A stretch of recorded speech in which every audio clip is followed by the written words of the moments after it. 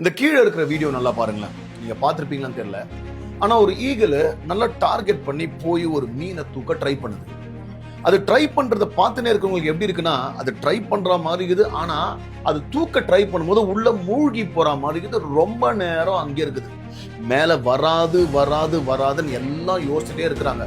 அவ்வளவுதான், ஒண்ணு மேல வரப்போறதுல நெக்ஸ்ட் டார்கெட் பண்ண ஃபிஷ்ஷையும் விட்டுச்சுன்னு சொல்லிட்டு எவ்ரி திங் இஸ் ஓவர்னு யோசிச்சுட்டு இருக்கும்போது அந்த ஈகிள் ட்ரை பண்ணுது, சட்டை அடித்துட்டு தண்ணி ஒரு பக்கம் ஃபோர்ஸ், கீழே ஒரு பக்கம் வெயிட் பண்ண போனது, ரொம்ப நேரம் ஆகுது. ஆனாலும் ஒரு பாயிண்ட் ஆஃப் டைம் அது கரெக்டா அதோட இறைய தூக்கிட்டு மேல வருது. அது வரைக்கும் பாக்குறவங்களாம் it looked as though it lost, it looked as though it's drowning, it looked as though it no dropped its prey. ஆனா it was trying and trying, it came up. நீங்க நம்புங்க, நீங்க படுற கஷ்டத்துக்கெல்லாம் நிச்சயமா ஒரு ரிசல்ட் இருக்கு.